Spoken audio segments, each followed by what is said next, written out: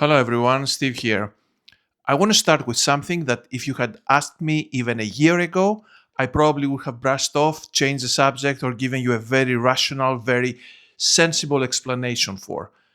I've decided that I'm going to buy a motorcycle. Yes, I will. A nice cruiser, most probably a BMW UK 1600. And I'm going to start touring again on weekends. Now, on the surface, that might just sound like a lifestyle choice, something nice to do, something I've always enjoyed. But for me, this decision is carrying a lot more weight than that. Because about 20 years ago, I had a serious motorcycle accident. Not the kind you laugh off a few weeks later and move on from, but the kind that stays with you, not just physically, but mentally for a very long time. And after that, I did what most people would probably do. I told myself I was being responsible. I told myself I had matured. I told myself that part of my life was behind me now and that moving on was the smart, logical thing to do. And for years, that story made perfect sense. But what I didn't realize at the time was that what started as caution slowly turned into avoidance and then gradually turned into comfort and eventually became a version of life that was very safe, very controlled, very predictable.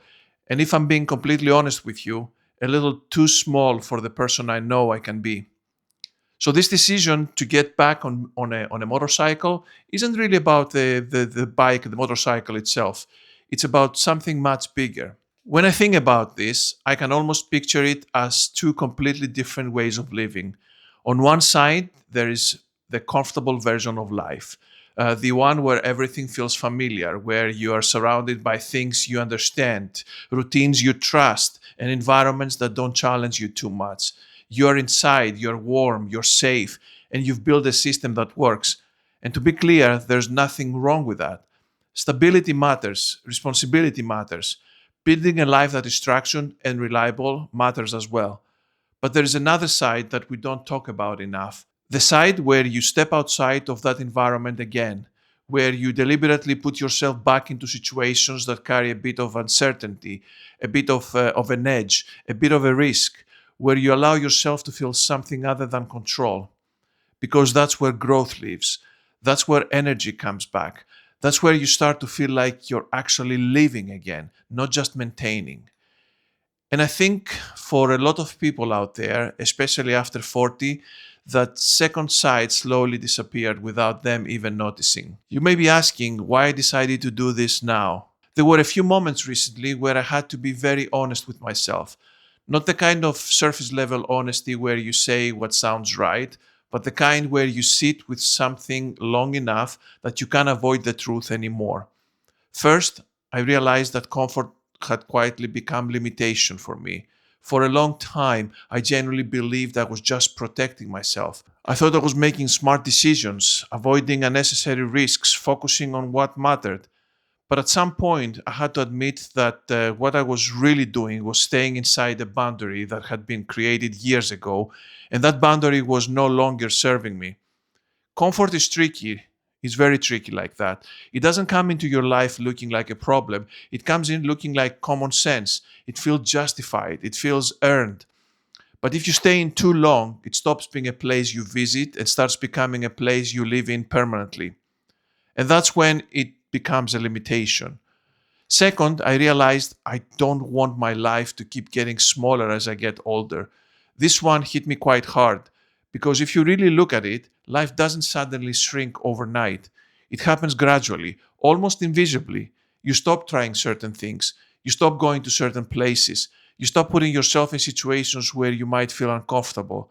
You reduce risk, which on the surface sounds like a good thing. But over time, what you're actually doing is narrowing your world. And one day you look around and everything is controlled, everything is predictable, everything is manageable, but it's also smaller than it used to be. That's not the direction I want for the second half of my life.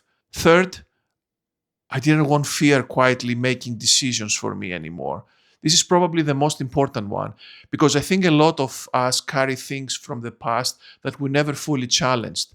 It could be a failure, a rejection, a bad experience, a loss, something that left a mark for us.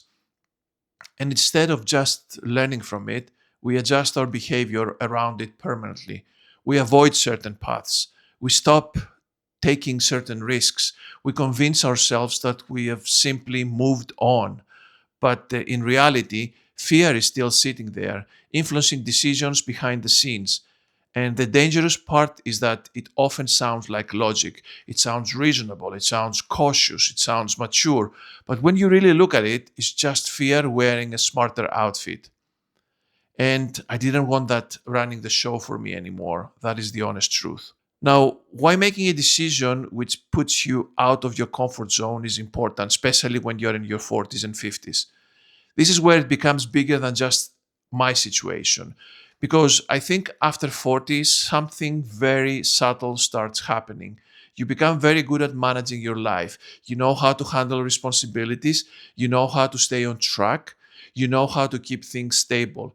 But at the same time, there is a risk that you stop expanding your life. You stop challenging yourself in meaningful ways. You stop doing things that stretch you. You stop putting yourself in situations where you don't already know the outcome.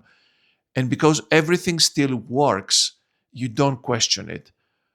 But growth doesn't stop loudly, it stops quietly. And when that happens, something else follows. Your energy drops, your curiosity fades, your willingness to try a few things decreases, and slowly, without realizing it, you start living a version of life that is more about maintaining than evolving. That is a real danger. There is a cost for staying in your comfort zone. The cost is not immediate, which is why it's so easy to ignore. It doesn't show up as a crisis, it shows up as something much quieter. It shows up in the opportunities you never explore, in the ideas you never act on, in the version of yourself you never fully become. And sometimes, if you're honest, it shows up as a kind of low level frustration that you can't quite explain, a feeling that something is missing, a sense that you're capable of more but not moving toward it, a quiet awareness that you've been playing it safe for a little too long, and over time that adds up. Well, some people call it middle life crisis. So, what you can do about it? This is not about making dramatic, reckless changes. It's about making deliberate decisions that move you slightly outside of your comfort zone again. It's about choosing something that matters to you, something that stretches you, something that requires you to show up differently. For me, right now, that's getting back on a motorcycle after 20 years and proving to myself that I'm not defined by that one moment in the past. For you, it might be something completely different. It might be starting something you've been putting off for years. It might be changing direction in your career. It might be putting your ideas out into the world. It also might be committing to something that challenges you physically or mentally. The specifics really don't matter as much as the pattern.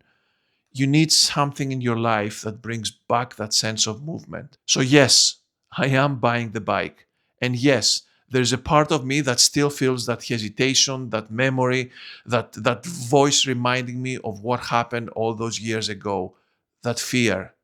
But there's another part of me that's a little bit louder now, the part that wants to keep growing, the part that doesn't want to shrink into comfort, the part that knows there's still more to experience, more to do, and more to become.